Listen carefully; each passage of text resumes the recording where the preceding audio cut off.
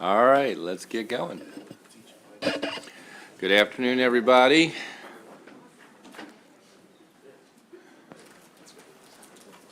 Got, I think, 10 bills today. Is it up on the screen the way they are? Yes, out there? Yes. Okay. The lineup is posted outside in the order that we're using. And we're starting with 235, Senator West. Now, Senator West, I think we already passed 2 of your bills this year. You are at your limit, you know. Yeah. This may be my last bill.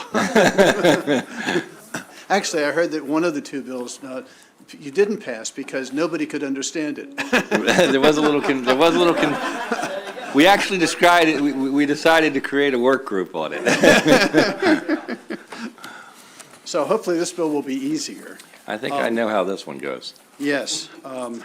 The chair of the committee and I talked towards the end of session last year when this bill was having trouble, and we agreed that we would try to get this thing through this year. And it's important that it get through because this bill deals with the schools that are going to be built with Built to Learn Act money, and it requires solar panels to be considered in the design process of the schools. So if we don't do it this year, schools will be designed and underway, and it may be just too late to do it in the future. So let me go through the bill. It's brief and easy, and I don't think there's any, there may be the one opposing statement. Over the past decade, there's been a considerable increase in the development and the use of green technologies. Solar panels in particular have become more commonplace. And furthermore, as the use of this technology has become more prevalent, its cost has diminished. One issue triggered by the increased use of solar panels is where should they be located? On prime agricultural land or on the roofs of large buildings? The genesis of this bill occurred 3 summers ago when I was invited to an event at the Maryland State Fairgrounds in Timonium to celebrate the completion of a project of installing solar panels on the roof of the Cow Palace. The Cow Palace is a huge building with a very large flat roof, and during the State Fair each year, hundreds of cows are stabled in the Cow Palace overnight during the course of the State Fair. I learned that a solar company had initiated contact, with the management of the fairgrounds. The fairgrounds did not start this process. It was the solar company that came to them. And they inquired if the fairgrounds would permit the company to install solar panels on the roof of the Cow Palace. The company advised that the fairgrounds would not have to pay any money at all for the solar installation. Moreover, on account of the electricity generated by the solar panels and then uploaded onto the electrical grid, the fairgrounds would receive the benefits of a portion of that electricity and consequently would pay less for its electricity and over time would save well over $1 million on its electrical bill. So this was a win-win-win for everybody involved, for the people of Maryland, for the state fairgrounds, for the solar company. So like the Cow Palace, modern schools have flat roofs which sprawl over wide expanses. And thanks to the Built to Learn Act, Maryland counties as well as Baltimore City are going to construct lots of schools over the course of the next decade. In light of the opportunity presented, Senate Bill 235 states that for each school constructed in Maryland between July 2025 and June 2034, the local school system responsible for the school construction must consider installing solar panels on the roof of the school. The bill does not impose a mandate requiring solar panels to be installed, merely a requirement that the local school systems consider installing solar panels. The caveat is that if a local school system elects not to install solar panels, it must submit an explanation to the State Commission on School Construction, the IAC. The bill then provides that the IAC must in turn submit an annual report to the governor, the president of the state senate, and the speaker of the house, listing the school construction projects in each jurisdiction as to which the school system decided not to install solar panels, including the rationale provided by the local school system as to why the decision was made not to install the panels. My expectation is, based on the experience of the fairgrounds, that when the school systems take a look at the possibility of installing solar panels, they will realize, as the fairgrounds did, that they could get these panels installed free of charge or at a minimal charge, and they would make a lot of money over the life of the solar panels. Senate Bill 235 thus will gently nudge the local school systems to consider the efficacy of installing solar panels on school roofs. I believe that if they take a hard look at solar panels, they will conclude that the installation of solar panels will save the new school a lot of money over the decades, which can be then used for school purposes, athletic uniforms, blackboards, etc. The installation of solar panels on these prominent government structures instead of on prime agricultural land will redound to the benefit of the state for many decades to come, and probably will inspire people who are constructing large commercial buildings, which also have large flat roofs, that they should take a look at installing solar panels on their roofs as well. I appreciate the committee's consideration of this bill and will be happy to answer any questions. There is one amendment. We just got it yesterday. I think someone's going to testify on this from people who advocate for geothermal energy. And the one amendment suggests that sort of the same regime should be in effect.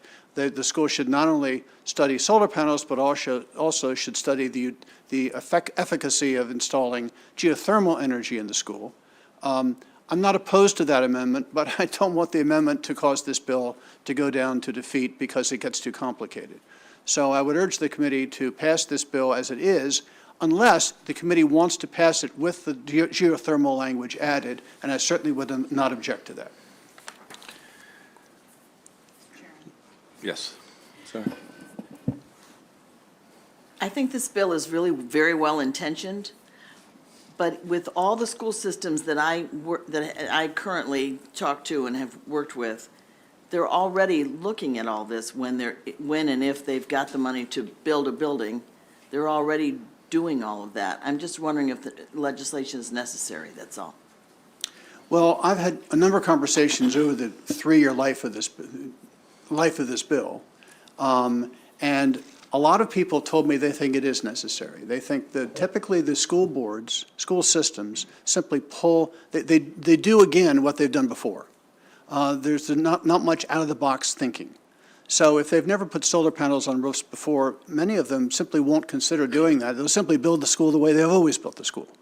So this, as I said in my testimony, this provides a gentle nudge for them to take a hard look at this. And if they decide not to do it, all they need to do is explain why they're not going to do it to the IEC. There's no penalty involved, and this wouldn't impose a mandate on the school systems to do anything other than take a look. Okay. Senator Solling. Thank you, Mr. Chair. I know some of our community colleges doing this now. They're using their the parking areas where they have the overpass, and they're using that, and it's benefiting them. Yeah. I've talked to President Kirkinitis, who told me that personally. So it is a benefit. I think it will be also good. I know you're having a couple of your new schools they're looking at, and I know they're looking at one of mine at the only middle high school. And I think it's a conversation with not just our county executive, but the state could do, but I think if we could put it out there, it could just be one of the options that if they would want something like that because of land. But I think it would be good to have an option if they wanted to do that and benefit from that. I think it would be good. So. Yeah, Senator, I've been to CCBC and seen the solar panels are on units over parking spaces out in the parking lot. McCormick, the spice company that's in my district, also has done the same thing. In their parking lot, they have little like shields over their parking places, and the solar panels are on top of the shields. So those are great too, but they're more expensive. For in each of those cases, you have to build metal struts to hold up the metal top. In the case of schools, you're going to build the schools, and they're going to have roofs, and they're going to be large and flat. So it just would be an ideal location to put solar panels inexpensively. Thank you. Thank you, Mr. Chair. Sure. Very good. Okay, I have Aaron Appel.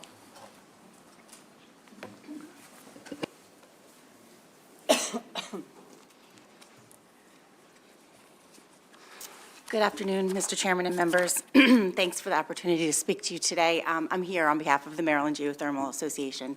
The sponsor just referenced the amendment, so here favorable with amendments, just adding geothermal to the bill so that it has to be considered in the evaluation of any new school.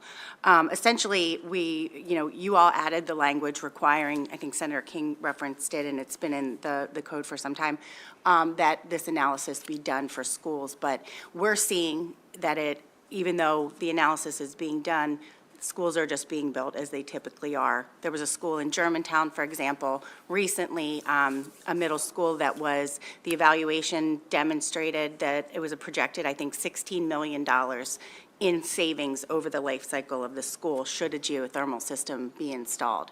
But they made the decision not to do it.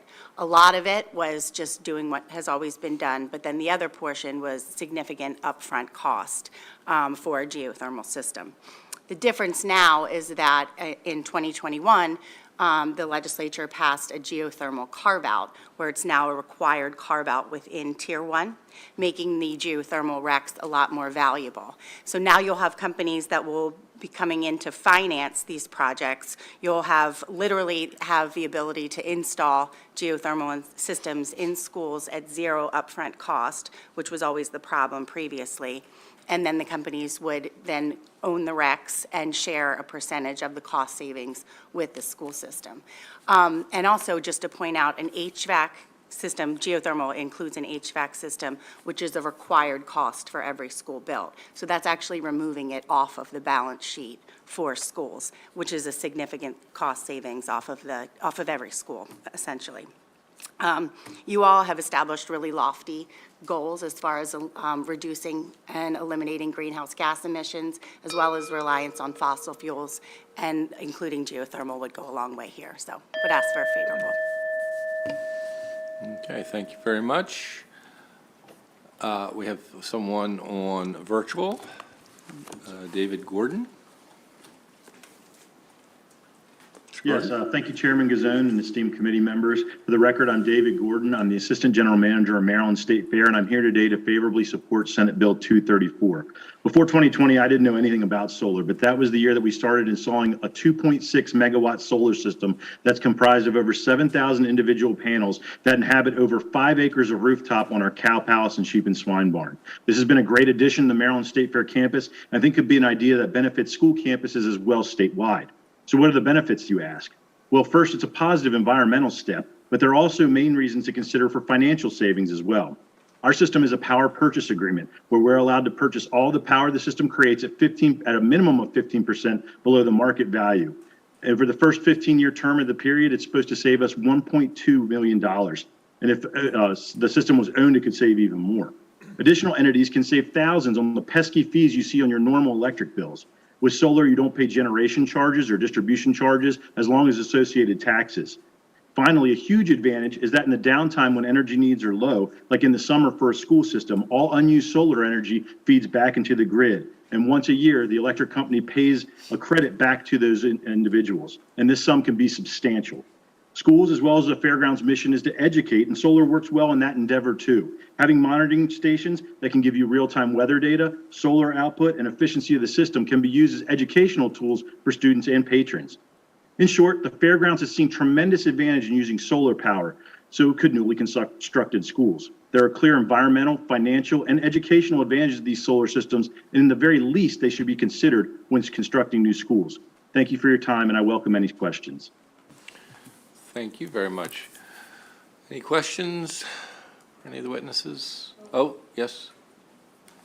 Thank you very much for that, for your testimony, Mr. Gordon. What county are you from? So the State Fairgrounds is in Timonium, Maryland, in Baltimore County. Baltimore County? Yes, ma'am. Is that the public school system?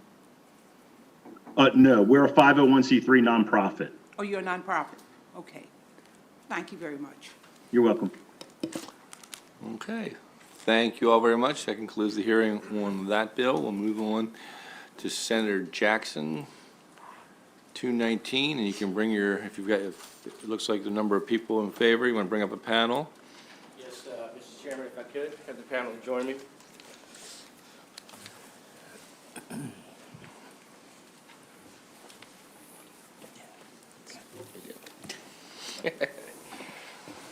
Thank you. Thank you, Mr. Chairman, Mr. Vice Chairman, fellow committee members. For the record, Senator Michael Jackson, representing District 27, on behalf of Senate Bill 219. This is a very simple bill that exempts secondhand apparel and footwear individually valued at $20 or less from state and sales use tax. This legislation is a straightforward effort to assist those who purchase secondhand clothing and shoes from resale shops. Often those purchasing these types of items have very fixed incomes and can greatly benefit from the savings that this modest exemption would create. Saving just $1 here and there often makes a difference for families that are in challenged circumstances. I believe this legislation would provide a clear economic impact for those families and also a positive overall environmental impact for all of us. Again, thank you for this opportunity to present this bill, and my panel will go into much greater detail, and we will stand for questions. Thank you. Thank you, Senator. Thank you, Mr. Chair, members of the committee, Bill Castelli, and I'm here today on behalf of Savers, and with me today is James Allen, the Director of Government Affairs and Sustainability, and Andres Gonzalez, who's a district manager. But before we get into the testimony, they're going to talk a little bit about the bill and why we think it makes good sense for families as well as the environment. I did want to address the fiscal note, which was honestly quite a surprise to us. You know, partly we based this legislation on legislation that had been introduced last year that exempted all secondhand goods sales. So it didn't matter whether it was textiles, it didn't matter whether it was artwork, antiques, all of those secondhand sales would have been exempt. And that was about a $20 million hit. So this year was definitely a scale back in terms of that legislation, just to textiles under $20. Even though many states exempt all kinds of textiles from the sales tax. But this was very targeted, and yet the fiscal note is almost double what it was last year. So we were a little bit surprised by that. We're looking at it, and obviously we are definitely willing to work with the committee to make this work. We think the policies for families, policies for the environment make a lot of sense. And I'll have James and Andres talk about that. Yeah, and Mr. Chairman, thank you, Bill, for that. Look, we believe that this bill helps our families in this state. And that's why we're bringing it, despite what the fiscal note speaks to, but we're just trying to find ways to help out. So we're looking for a favorable, and we'll work with the committee to get to that. Thank you, Senator. Thank you, Mr. Chair and members of the committee. I'm James Allen, Director of Government Affairs and Sustainability at Savers. And thank you, Senator Jackson, for your sponsorship of Senate Bill 219. We really do view this bill as a win-win for Maryland's continued leadership on the environment, as well as for policies on the tax side that will help those in need of essential clothing and shoes. We really hope this also can become a model for other states. By way of a little bit of background, Savers we're really committed to Maryland. We have 12 stores here, more than 1,200 team members across our brands, Savers, Value Village, Unique, and 2nd Avenue. And very recently, when it was time to select a location for our first U.S. centralized processing facility, super innovative, exciting new facility, we chose to make that $6 million investment in the Hyattsville Landover area. Just opened last month, and we really hope that that facility will play a key role in our continued growth and investment in the state. If you go into one of our stores, more than 90% of the items you see have been sourced from local nonprofits. People donate reusable items to nonprofits, and we purchase those items from the nonprofits, which provides them with a reliable revenue stream. Over a recent 5-year period, that was about $2.5 million that we paid our Maryland nonprofit partners. And on the environmental side, last year, we kept approximately 48 million pounds of reusable material out of Maryland's waste stream. To make those fibers new would generate the carbon equivalent of about 17,000 passenger cars, according to a recent study by the SAGE Policy Group. So the question really is, why are we here for a sales tax exemption bill? And we really have two core goals and two values with that. First is to help consumers on tight budgets who come to thrift stores to purchase necessities. 71% of shoppers in a national survey last year responded that secondhand shopping allows them to buy items that they otherwise might not be able to afford. The second is to highlight the environmental benefits of reuse and to incentivize secondhand purchasing. In that same survey, 62% of shoppers believe that thrifting has a positive environmental impact. So increasingly, consumers are rethinking the environmental impact of their clothing. Given Maryland's strong environmental leadership and commitment to families, we can't think of a better way to roll out this policy than through this legislation, and we remain committed to working constructively with the committee. Thank you very much. Good afternoon, Chair and members of the committee. I am Andres Gonzalez. I'm a district manager with Sabres. In my 20-year career, most of my career was spent with Second Avenue, a retailer recently acquired by Sabres. I have been privileged to work for this industry. As I mentioned earlier, 20 years in which I've been able to not only grow professionally, but also personally. I am currently overseeing 5 stores in the Maryland market, each of which have 5 homegrown managers, and each one of those managers have under their supervision over 100 team members and other members of management. What we do in this industry in Second Avenue for say and Sabres, the amount of product that we keep of the, as James said, the waste, the amount of waste that we actually get to recycle it's a huge impact to our communities. Our customer base reflects our labor force, so I am very capable of identifying who they are, and I can speak to who they are. Our main goal is to support our communities and to be able to provide a valuable and useful item to any one of those customers. And as I mentioned earlier, our customer base is our labor force, so they also shop in our stores. We do process and we flow. Each one of these stores process approximately 30,000 items each week, and we are able to provide it to our customer base at a very reasonable price.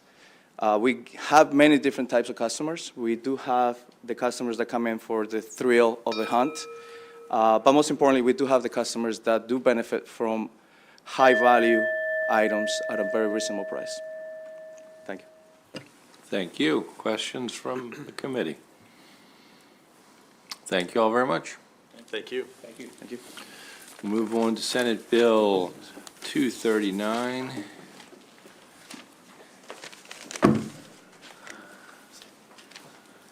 The esteemed Chairman Feldman. Thank you, Mr. Chair and members of the Budget and Tax Committee. I'm here on Senate Bill 239, which is a very narrow bill. And so over the last few years, I've worked with Chair Pena-Melnick.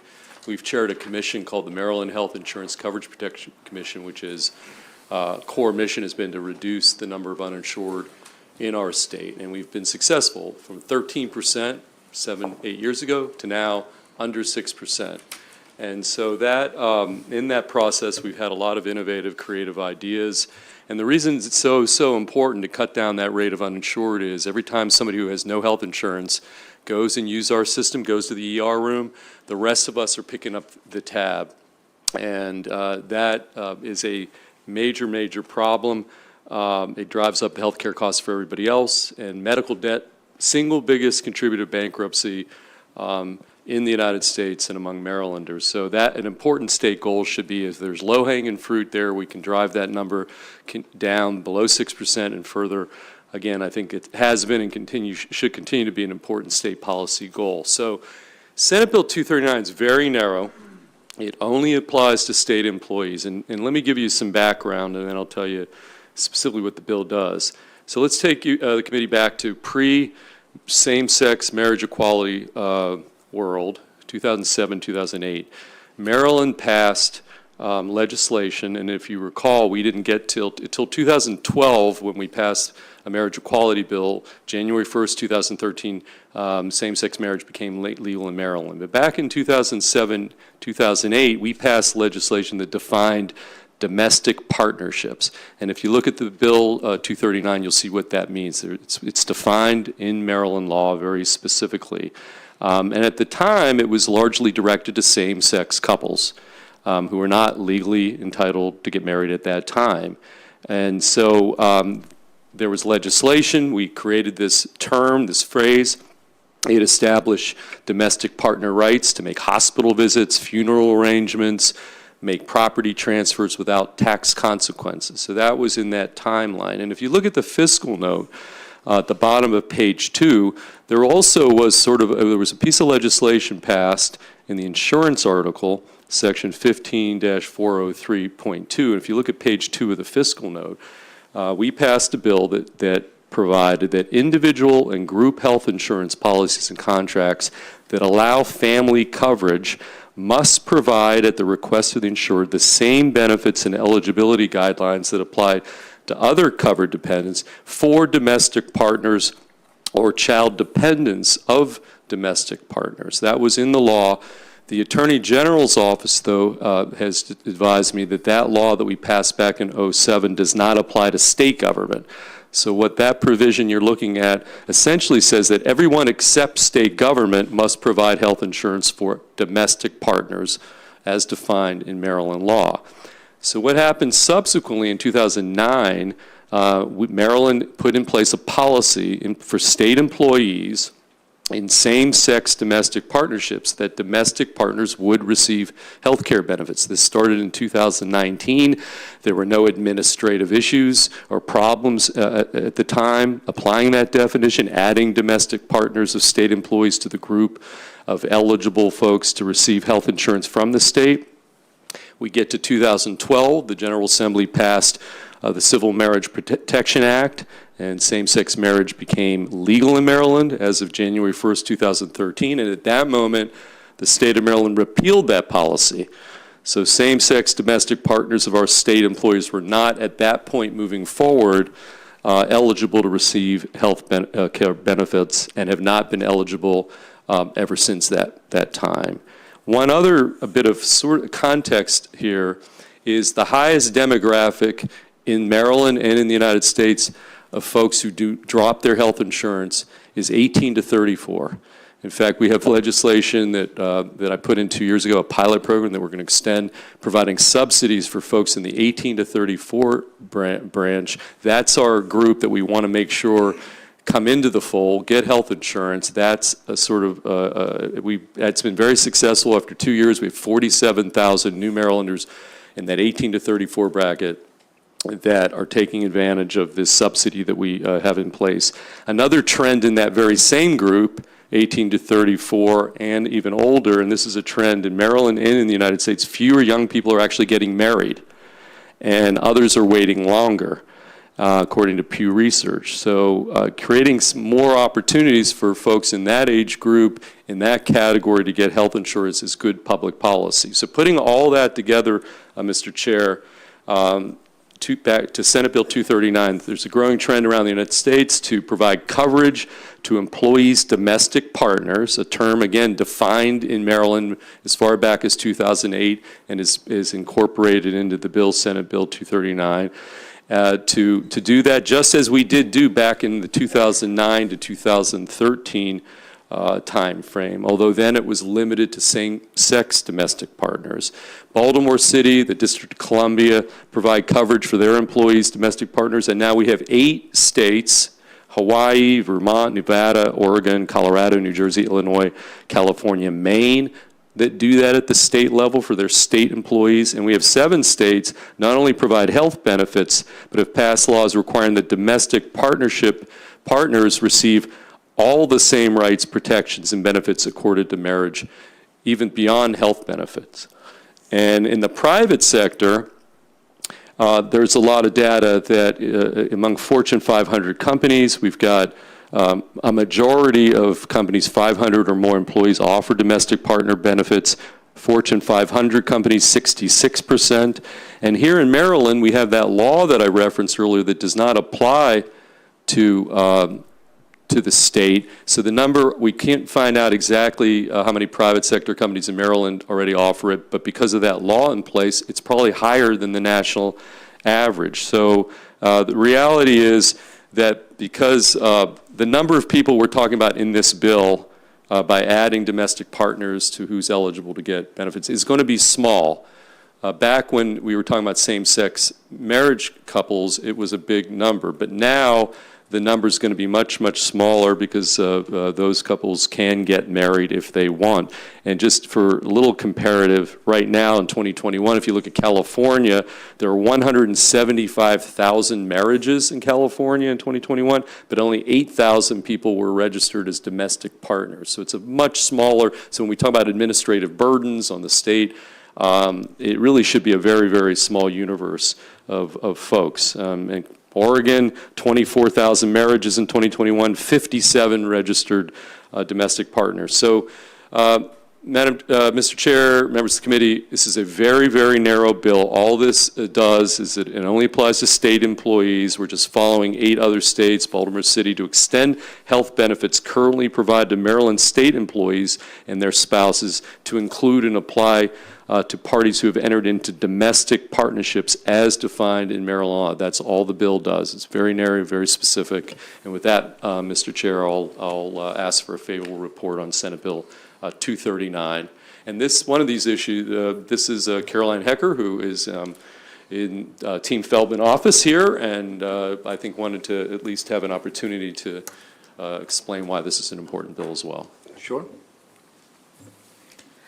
Good afternoon, Mr. Chair, Mr. Vice Chair, and members of the committee. As Senator Feldman said, my name is Caroline Hecker, and I work in the office, but I am here on my own accord. He did not drag me here, just because I have a personal experience. This past December, I turned the age that I think all young people dread, not just in Maryland, but in the country, 26, in which I was forced off my parents' health insurance and had to fend for myself. Fortunately, I work here in the Maryland General Assembly, so I have the opportunity to have access to the wonderful comprehensive health plans that we do have. And in addition, my dad is also a state employee, so I actually just went from the exact same plan I had under my parents to the one I have now with the state. Not so fortunate for many young people, my long-term boyfriend included, who was actually between jobs and is constantly in and out of the service industry, which, as we know, does not provide this same access to comprehensive insurance that we have here.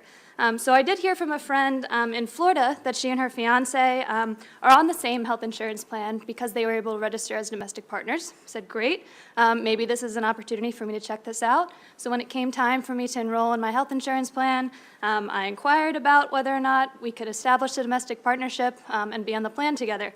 I was a little surprised to learn that Maryland does not offer it to their employees, and then I was even more shocked to learn about the statute that Senator Feldman mentioned earlier, in which all other providers in Maryland are required to offer these benefits.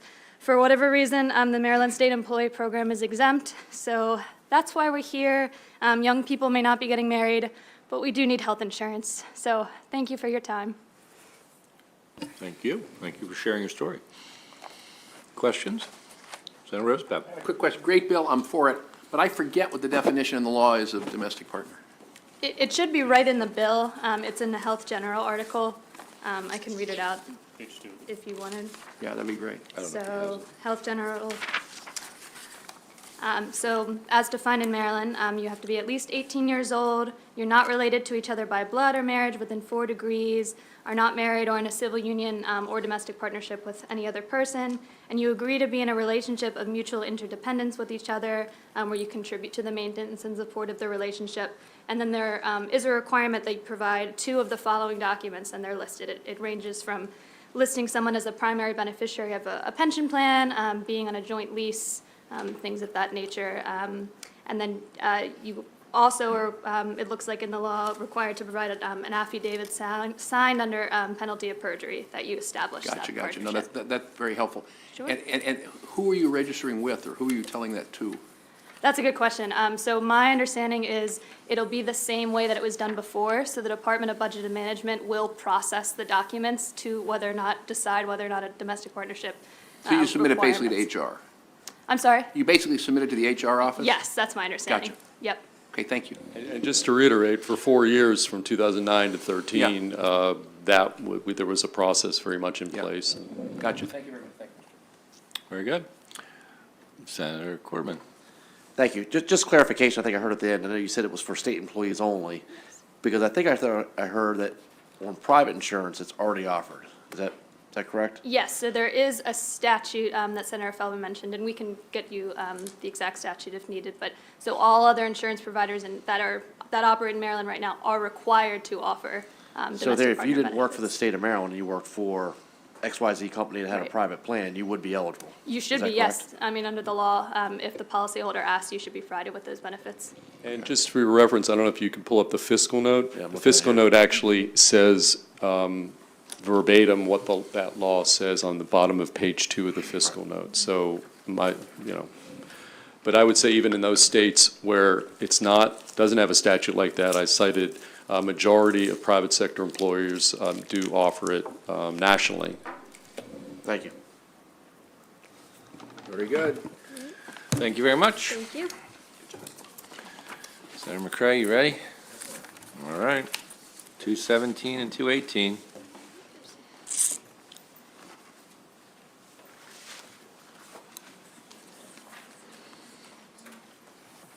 And it's okay to bring up the panel? Absolutely. Let's do the thing first.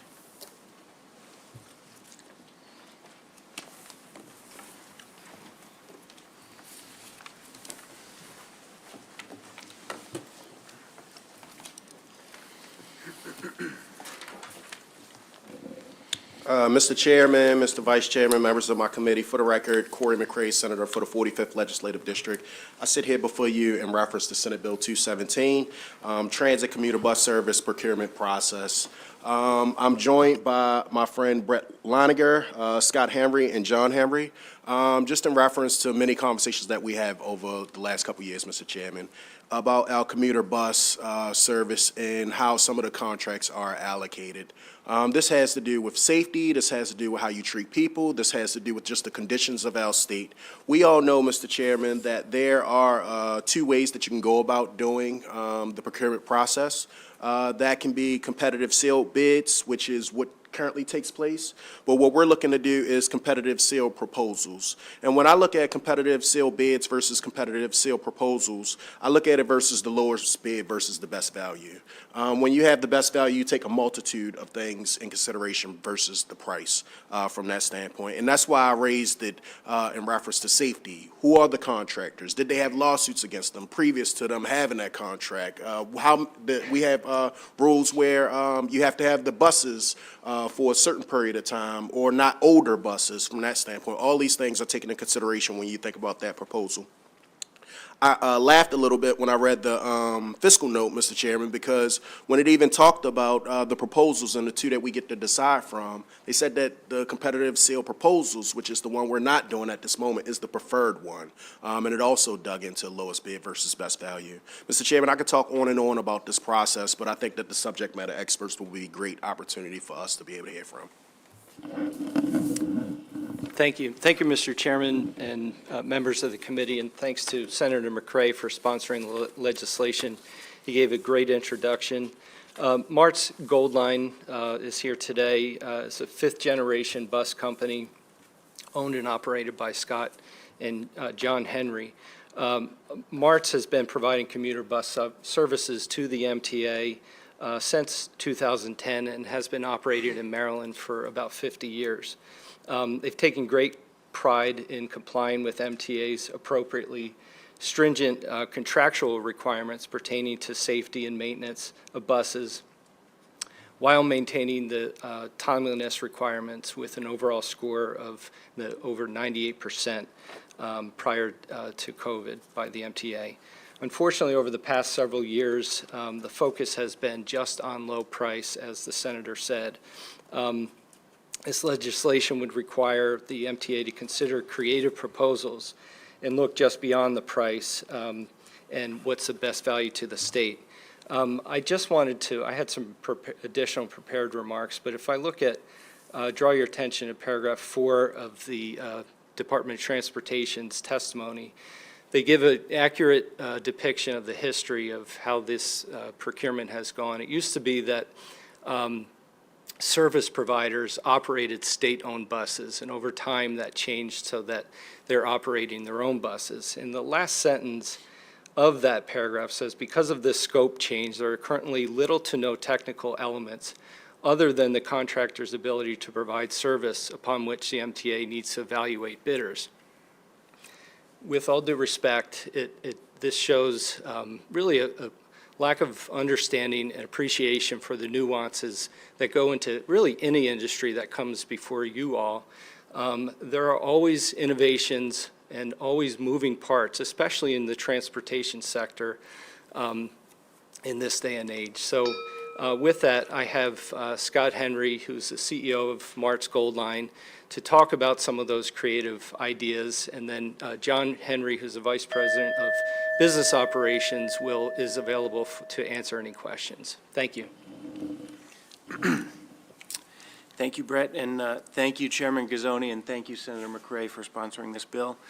As Brett said, my name is Scott Henry, and I'm the President and CEO of Mart's Bus Company Gold Line, our family business for 115 years and operating in Maryland for over 50 years.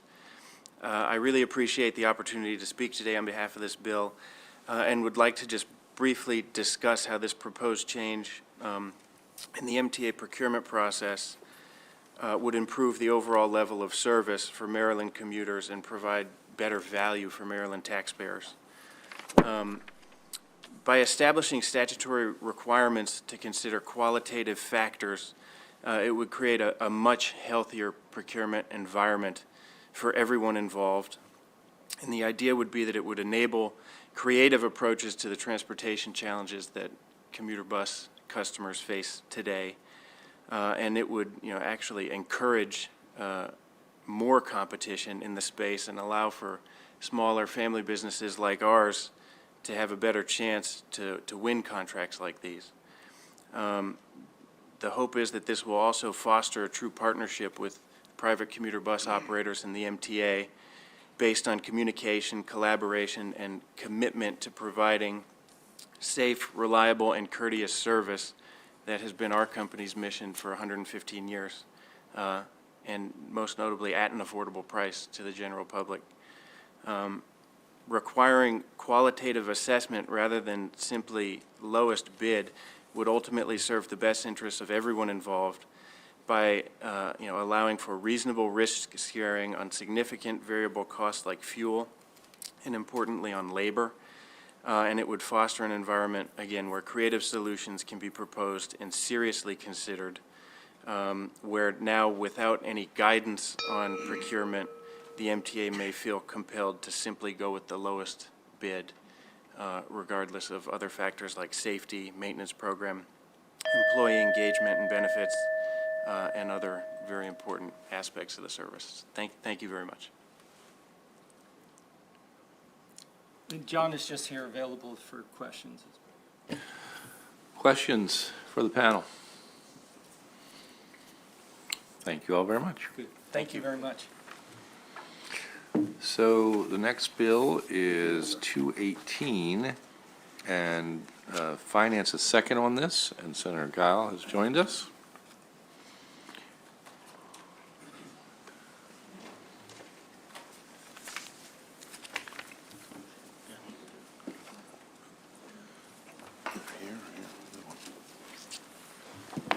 You ready, Mr. Chair?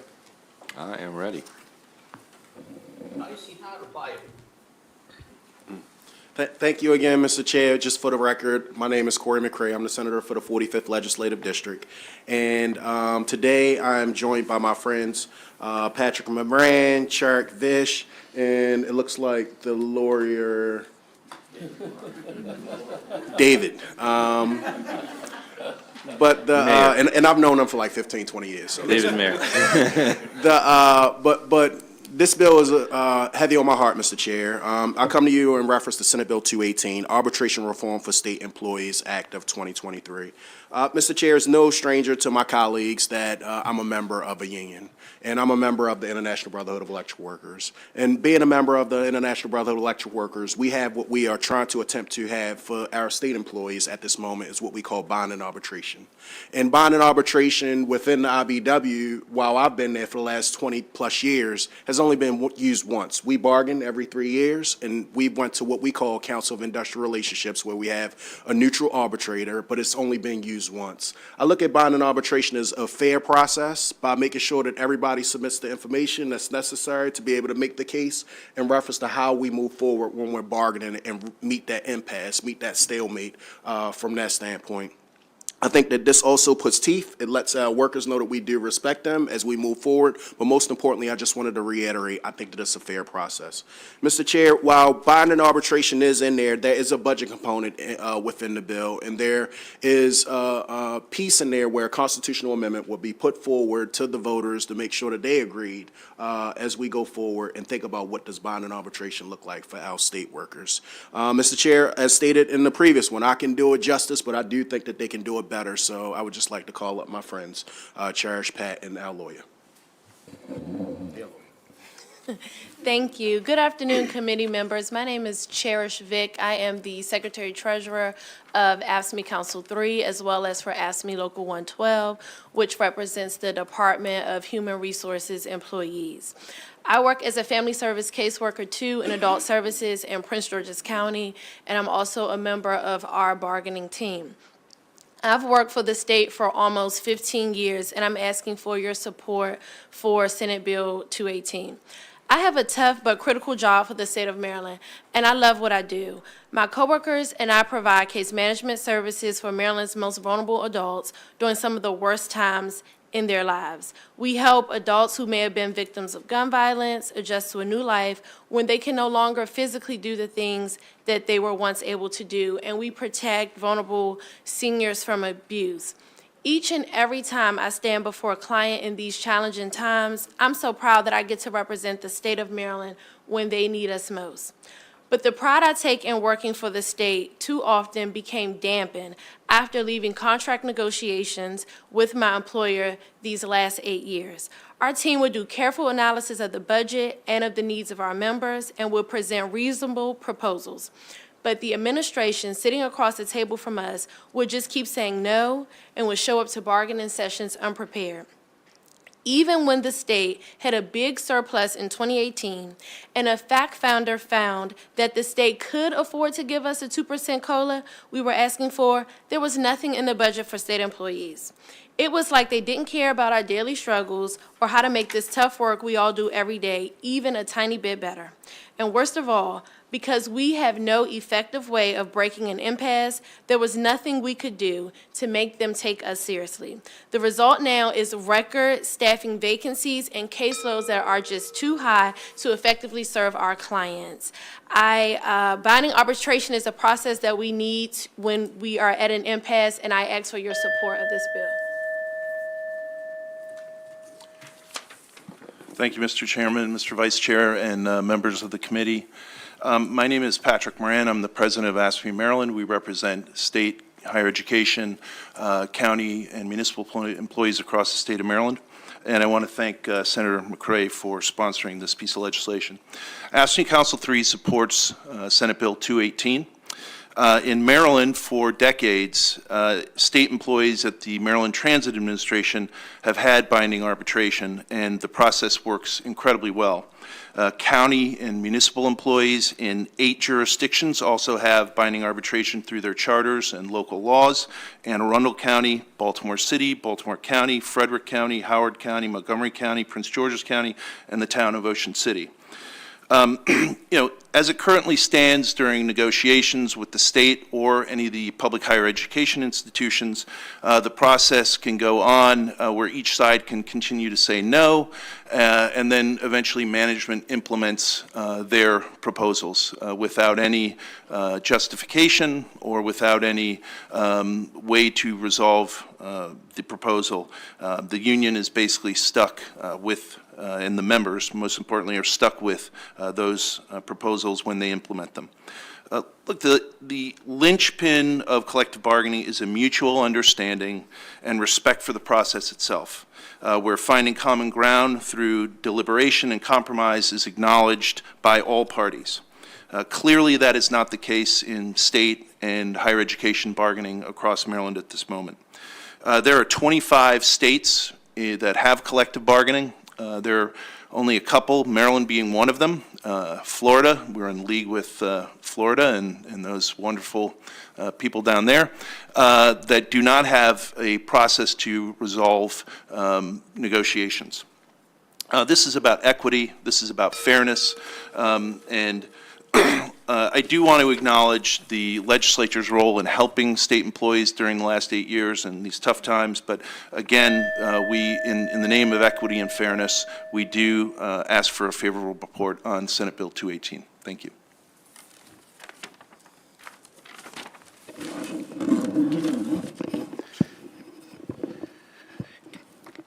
Good afternoon, members of the committee. As Senator McCray said, I am the lawyer. I'm an attorney at Conn, Smith & Collins, representing AFSCME Council 3 and a number of other public sector unions in the state of Maryland. I'm here primarily to answer any technical questions the committee has about the operations for this bill or the need for this bill. But I want to just say briefly that in our representation, both of AFSCME Maryland and of other unions in the state of Maryland, you can really see a difference in the bargaining process where there is binding arbitration and the level playing field that binding arbitration provides by, you know, even before it comes to arbitration, both sides knowing that there is a level playing field and there's no incentive to avoid an agreement. You can really see the effect that that has even before you reach the stage of arbitration. So urge favorable passage of this bill. Mr. Chair, we have one other member. Yep. Yes, Jenny Peckney. Thank you. Go ahead, Ms. Peckney. Good afternoon, members of the committee. My name is Jean Peckney, and I have worked for the University of Maryland College Park for almost 25 years as a program administrative specialist. I have been a union member since 2001 when we won collective bargaining and have served on most of the bargaining teams over the last 23 years, including our new system-wide team. We need you to support our binding arbitration bill to level the playing field. And over 20 years as a union member participating in bargaining, we have seen time and time again management simply refuses basic improvements to our contract because they can and without compromise. In negotiations at UMCP, it has regularly taken a year or more to negotiate our contract because the response from management about health and safety, wages, and fairness has always been no. Year after year, we bargain to a virtual stalemate because management takes the position they don't have to bargain and nothing compels them to agree to our proposals. This isn't just happening at College Park. My union brothers and sisters at Morgan State have been trying to make improvements to health and safety throughout the entire pandemic and still don't have an agreement. At BCCC, it took over 3 years to bargain a new agreement. We are now a year into bargaining at St. Mary's College of Maryland, where management routinely presents a close to final offer only to pull it back and change the proposals. At all USM campuses, we have been told that we cannot bargain for something that is more than the Board of Regents policy layout. All of this is wrong and not in good faith negotiations. Having a neutral third-party arbitrator ensures no one stalls and plays games, and a fair, equitable resolution is reached. I hope you will support Bill SB 218. Thank you. Questions for the panel? Senator Stalling. Thank you, Mr. Chair. Being in a union for 31 years and having a pretty good understanding under 4 contracts that I've been through, the only reason why we got through them is through an arbitrator, because they worked with both sides, and it made the difference. At one time, before the arbitrator was there, of course, you all know they were extremes. And having the opportunity to negotiate is good, but having an arbitrator does make the difference. And I've seen that firsthand. So I want to thank the sponsor for this bill. I think it's just a no-brainer. It makes sense. Thank you, Mr. Chair. Thank you. Any, Senator Roosevelt? Thank you. I learned a lot today, including from Senator McCray. I didn't realize you had binding arbitration in the electrical industry. Is that generally true across the building trades, or is it some and some don't? I believe most do, but I'm very firm, like it's been there since we've been there. And like I said, we've only had to use it once because you have an incentive to figure it out on your own. Okay, thank you. The other question it's a statement and a question, is I believe that public employees are barred from striking. Is that correct? In most states, they are, Senator, but generally, as I was going to say in my testimony here, there are 25 states. Most of them, the vast majority of them, 23 of them, I believe, except Maryland and Florida, have a method to resolve negotiations, and that is either binding arbitration or striking. More than happy to. Well, that's we're open to that one too. Well, that's what I'm asking. What is the law in Maryland? Neither. You don't have the right to strike, and Okay, that was my question. yeah, and we don't have the right to binding arbitration. And other states, they also have, if they don't have either one of those two, they have a legislative remedy of some sort. Okay, well, that's the reason I was asking the question, because I thought you were prohibited from striking, and I've always understood Correct. binding arbitration as the alternative to the right to strike. Correct. I just wanted to clarify that. Yes, Okay, but thank you. yeah, but we Thank don't you. have that. Thank you. Yeah. Can I just clarify with one thing? What we're really asking for here is to be able to put this to the vote of the people, because that's the next step of this. This is merely the first step in a process. If the legislature were to pass this, then constitutionally it has to go to the vote of the people. I'm sorry, I got one more question. I don't understand, why constitutionally does that have to go to a referendum? Because it is binding. Do you want to answer this? Just the budgetary component of it. It's a budgetary I mean, component. we got an AG's opinion saying that? I mean, that's a little surprising to me. Yeah.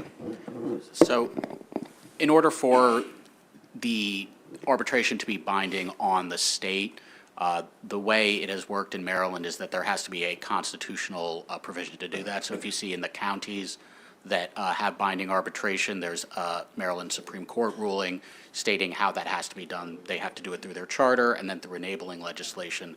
So this similarly would require the constitutional amendment and the enabling legislation. And that the reason they can do it in the counties is they do it through their charter. Correct. Got So it. by analogy. I got you. That clarifies. Thank you, Mr. Chairman. Any other questions? Senator Benson? I just want to get clarification. It sure is a pleasure to see you all, really is. So if it's a constitutional amendment, it's got to go on the ballot for the upcoming presidential, so you all can't do anything until it is placed on the ballot and passed by the voters.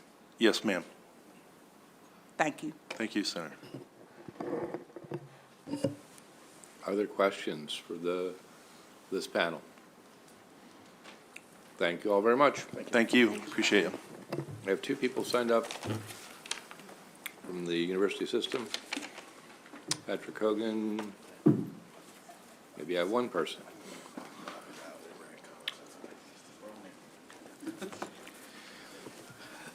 Thank you, Mr. Chair, Mr. Vice Chair, members of the committee. For the record, I'm Patrick Hogan with the University System of Maryland. Yes, we did have a couple of other folks signed up to testify, but interestingly, coincidentally, we are involved in a labor negotiation meeting today, or they are involved in a labor negotiation meeting today. So our Associate Vice Chancellor for Human Resources, our Director of Labor, all the folks who know about this stuff a lot more than I do, are at that meeting today. So you are stuck with me. You do have our written testimony, so I'll just touch on a few key concerns from that testimony. Senate Bill 218 proposes a significant overhaul of the collective bargaining process in Maryland for all of Maryland, but it does include institutions within the university system in Maryland. The bill would put the ultimate decision-making authority into the hands of a single third party, which would allow an outside party who is neither accountable to the public nor subject to the consequences of their decisions to basically unilaterally decide the terms of a union contract, award wages, and other increases that could lead to expenditures of state dollars. This bill could also undermine the process of negotiations by imposing binding interest arbitration. It doesn't provide an incentive for the parties to compromise necessarily. It could be expected that impasse would be higher in this system than a system that doesn't have it. In some cases, rather than engaging in realistic negotiations, the parties could game the process, and the availability of arbitration will have a chilling effect upon the parties' efforts to really honestly negotiate an agreement, and over time, the parties may begin to default to arbitration instead of relying on arbitrators instead of working toward a labor contract. Additionally, under current law, the State Higher Education Labor Relations Board has the statutory authority to resolve complaints of unfair labor practices. This bill would improperly infringe on the rights of the board by authorizing an arbitrator to resolve certain disputes during the bargaining process. For these reasons and additional reasons that are provided in our written testimony, the University System of Maryland respectfully asks for an unfavorable report on SB 218. Thank you, Mr. Chair. Yes. Yes, please. Thank you. Do you know how many of the top 10 schools, in the Big Ten, the Big Ten, how many of them have binding arbitration and how many don't? I do not, Mr. Vice Chair, but I can find out for you unless you already know the answer. I don't know the answer. I'm asking you and the other proponents of the bill. I do not know, but I can find out for you. If we could Mr. Vice find Chair. out, Yeah. that's number one. And number two, how often it has been used in the Big Ten institutions? Thank you. Will do. Other questions for this witness?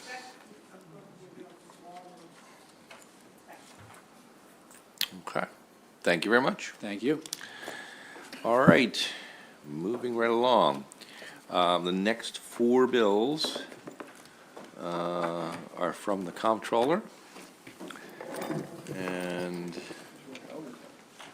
she is. These are bills, though, that have been worked on, I think, over the interim, for the most part. The first one being about out-of-state taxes paid through pass-through entities, which is a favorite of this committee, as we passed legislation about that a couple years ago.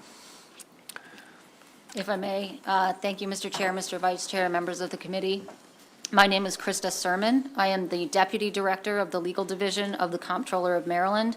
I'd like to thank you for the opportunity to testify in support with amendments of Senate Bill 240, and I would also like to thank the chairman for sponsoring this important legislation. To make the Maryland pass-through entity tax revenue neutral, legislation passed in 2021 included an add-back of the credit received by members of a pass-through entity that made the election to be taxed at the entity level in Maryland. That was a provision that already passed that's part of the Maryland PTE tax. This bill requires an add-back of a credit received by a resident member of a pass-through entity that made an analogous election in another state.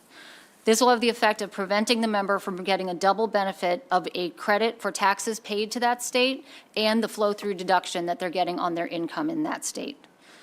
This issue was actually brought to the comptroller's attention by multiple scrupulous practitioners who noticed the windfall and asked the comptroller how to adjust for it on their returns.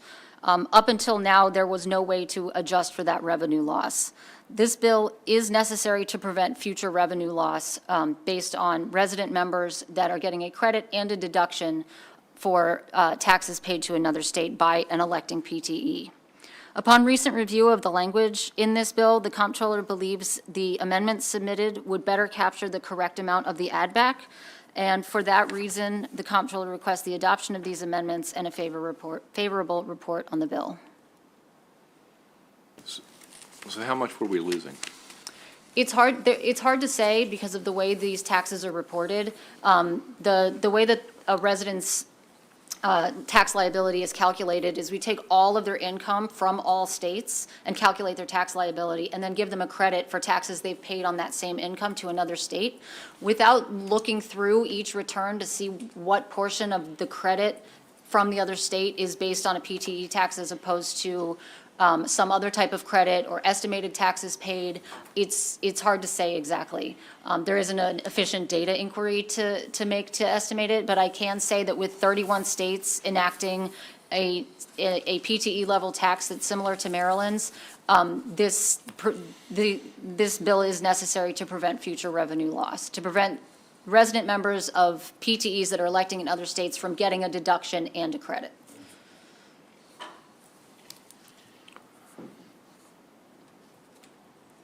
Any questions from the committee? Okay. Can we go on to the next one? Good afternoon, Mr. Chairman, Vice Chairman Rosapep, and members of the committee. My name is Justin Hayes, and I'm here to provide testimony in support of Senate Bill 241. I would like to again thank Chairman Gazone for sponsoring this important legislation and the committee for providing the opportunity to be heard. You're all no doubt familiar with unclaimed property, the process by which dormant accounts move from the banks where they're being held into the state's coffers, and the comptroller's office attempts to find the due holders of that property. This bill amends the commercial law to provide finality for abandoned property, particularly abandoned property with no commercial value. This bill requires the comptroller as administrator of abandoned property to determine whether property has commercial value, and if it does have commercial value, the comptroller is required to, within 1 year, offer the property for sale. If the property has no commercial value, the administrator may dispose of the property. Now, you all may be familiar with the comptroller's eBay page where we have abandoned valuable property for sale. We do have a collection of abandoned property that does not have value that we are unable to dispose of, and that's the necessity for this bill. This bill will allow the comptroller's office to avoid the accumulation of valueless abandoned property, and it will also provide clarity for the public on the final disposition of abandoned property. We in the comptroller's office appreciate your consideration of this legislation and request a favorable report. So why don't you tell the committee, what does worthless abandoned property look like, and how is it piling up? So so this typically happens where someone passes away and there might be a safety deposit box held with a physical location bank, and a handful of gold and silver coins might be able to be sold on eBay, but the rest of the contents of that safe deposit box might not be valuable. So that could be anything from family Bibles to a lock of hair to any number of physical items that someone believed was important enough to put in a safety deposit box, but now we can't find the owner for.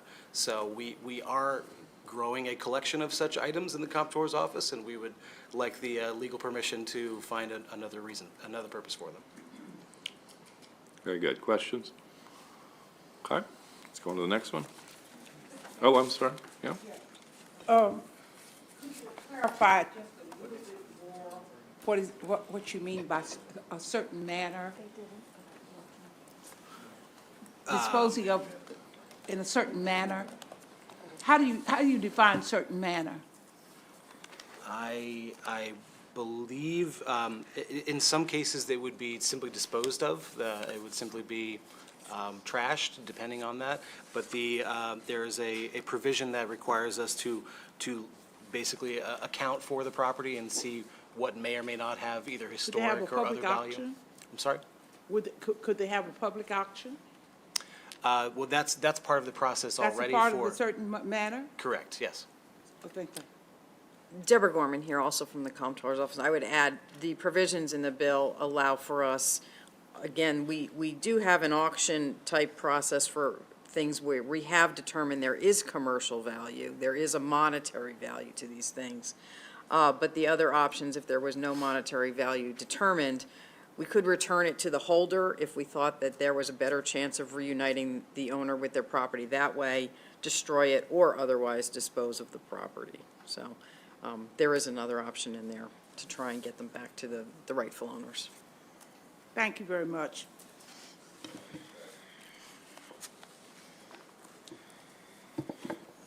First, just thank you all for bringing the bill forward.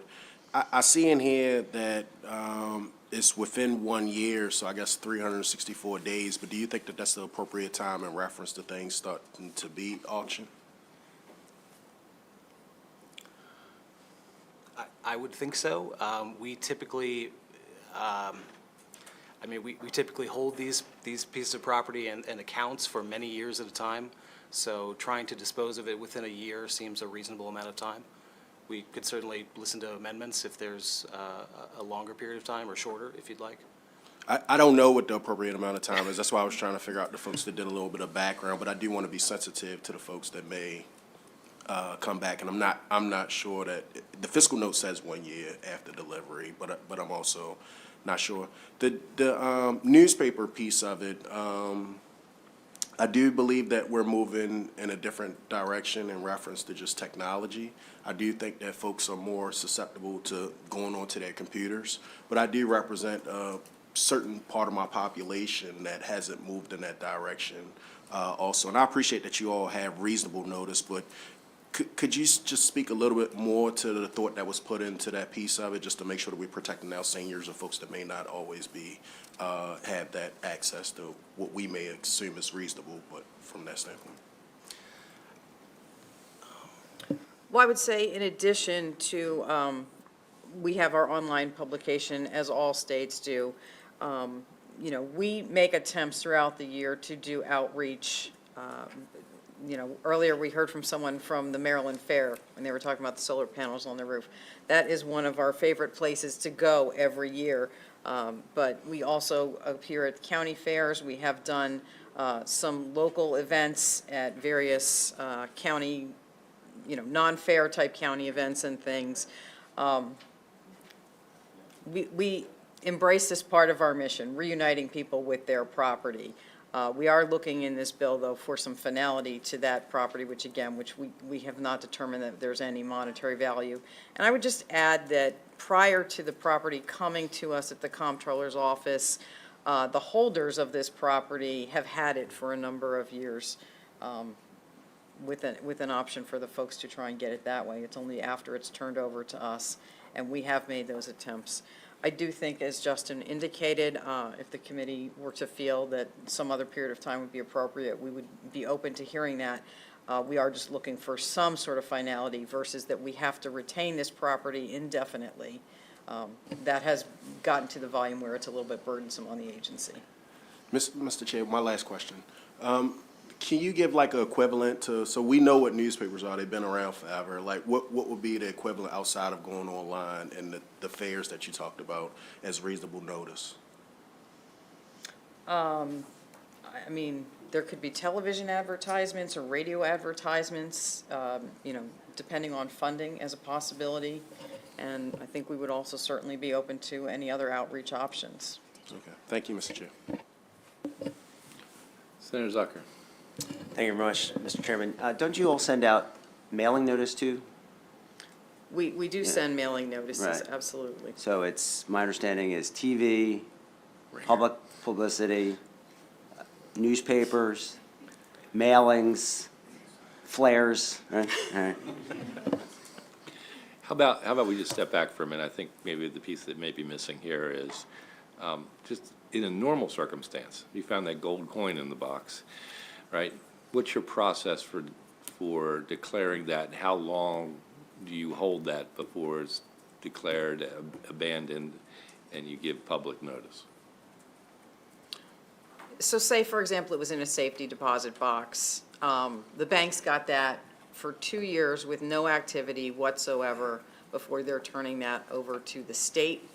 Upon receipt of that property at the state, we are, as Senator Zucker indicated, sending out a letter at the last address we know, and now that address that we have is what the bank gave us. And the bank typically, before they send it to us, says, hey, you're coming up on the time when there's been no activity. It's not, you know, they are also making attempts to reach out. But then they've got a letter from the comptroller's office where we're saying we've received property that we believe is yours. And in the instance of the gold coin, that determination would be that there is value to that. And so this bill would not modify our need to continue to hold that and make that available, no time limit. We are looking for those, again, the locks of hair and other similar type things for which we can, as best as we can, determine that there is no real monetary value. There would not be an opportunity for us to sell it at auction, et cetera. So, just to be clear, you get notice from the bank, you send out your letter. Does it need to be on some public distribution form, like the newspaper piece? before you go ahead and sell it? How long do you have to hold it before you sell it, or is there a period that you have to hold it before you sell it? I don't know the answer to that, but there is a period. I can look into that and get back to you. Okay. Before we make it Okay, great. another disposition. Two. Senator Elfreth? Thank you, Mr. Chair. Can you quantify how much you have? Could it fill this committee room, for instance? I mean, how much stuff that doesn't have a monetary value are you holding on to by law currently? More than one tractor trailer. Okay. So a significant amount of stuff. Okay. Thank you, Mr. Chair. Senator Hedelman? Mr. Chairman, are you talking about doing a notice one time a year, 2 times a year? Or are you talking about doing it for each individual piece of property? Like kind of you hold stuff for 6 months, so that you have an accumulation of things and you're putting notice out kind of with a bulk, like with unclaimed tax returns or, things like that, that we often see advertised in the newspaper from the comptroller's office, lists and lists and lists of names. Would you envision something like that? Craig thinks it's 3 years. Of lists and lists of stuff, or? I don't think we envision that. I think the nature of having an item that is abandoned, we would maybe put that out there as a list on the comptroller's website. But I don't think we would need to have a list, an itemized list of what that is. We don't, for example, for unclaimed property as it is, list the dollar amounts of the property that we have holding for someone. So I don't know that there would be a need to put the exact items that are out there, and it might be, personal issues or items, so. Okay. So you do envision just putting it on the website? I think that would be appropriate. Okay, all right, thanks. Okay, very good.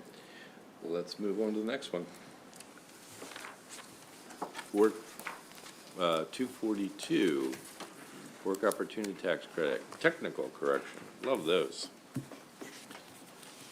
Good afternoon, Chairman Gazzoni, Vice Chairman Rosapep, members of the committee. It is my pleasure to provide testimony in support of Senate Bill 242. My name is Deborah Gorman, and I am the Director of the Comptroller's Legal Division.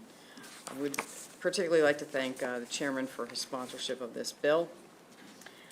This should be straightforward. This bill is simply a technical correction to correct the site to the proper section of the Internal Revenue Code. The Maryland Work Opportunity Tax Credit was enacted in 2022. The Maryland credit is 50% of the federal credit. It's based on wages that are paid to employees in Maryland. And the current statute references Section 51 of the Internal Revenue Code. Although Internal Revenue Code Section 51 does provide a calculation for the credit is actually allowed under Section 38. So that is this. We are just asking if we can get the Maryland statute corrected to reference IRC Section 38. We do request a favorable report on the bill, and I am happy to answer any questions. Section 38, next bill.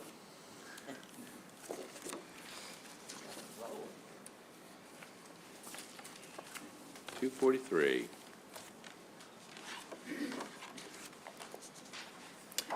For the record, again, Chairman Gazzoni and members of the committee, it's my pleasure to provide testimony in support of Senate Bill 243. And I am Deborah Gorman, Director of the Comptroller's Legal Division. Again, we thank the Senator Gazzoni for his sponsorship of this bill. This bill amends the Child Independent Care Tax Credit to restrict it to Maryland residents only. As currently written, the Maryland Child Independent Care Credit is available to individual and married filers earning no more than $92,000 or $143,000 respectively. Senate Bill 870 in 2019 legislative session altered the eligibility for this credit, but also notably made this credit refundable for the first time within certain income limits. Now, subsequent to those changes, the Comptroller's Office staff identified a scheme where non-residents that have no Maryland income began filing non-resident returns and claiming a refund of this child independent care credit. Because these non-residents had no nexus, they had zero Maryland tax liability, so the entire amount of the credit was refundable to these individuals. This did appear to us to be an unintended result of the statutory language and the changes in 2019. So this bill would close the loophole to allow only Maryland residents to claim this credit. Closing the loophole will prevent money going to non-residents, again, who have no tax nexus with the state of Maryland. For these reasons, the comptroller requests a favorable report on this bill, and I'm happy to answer any questions. Questions? Oh, we have somebody on. I didn't see that. Apologize.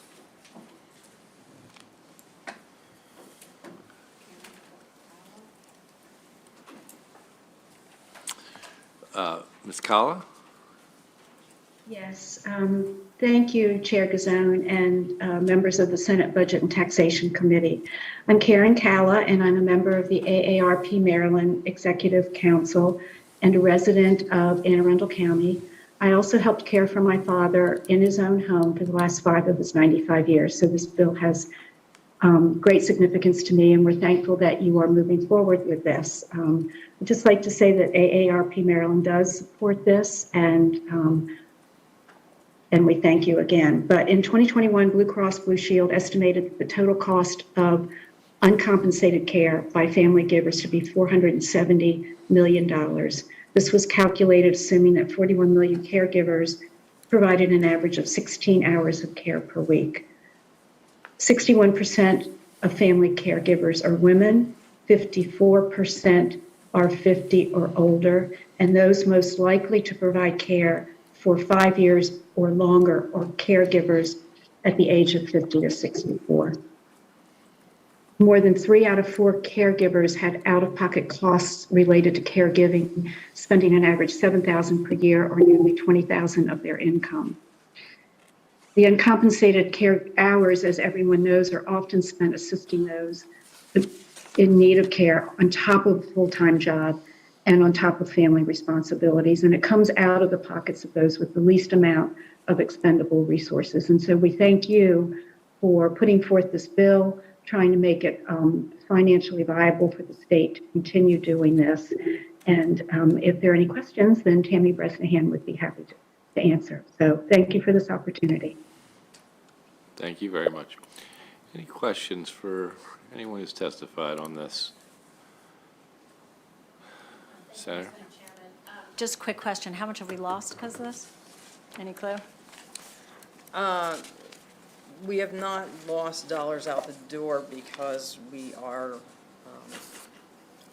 we are, I guess, in the midst of ruling on those claims, but the fiscal note estimates a possibility of up to $332,000. Well, thank you for finding this scheme and working to close the loophole. Very good. Anything else? All right, that concludes the hearing for that bill and the hearings for today.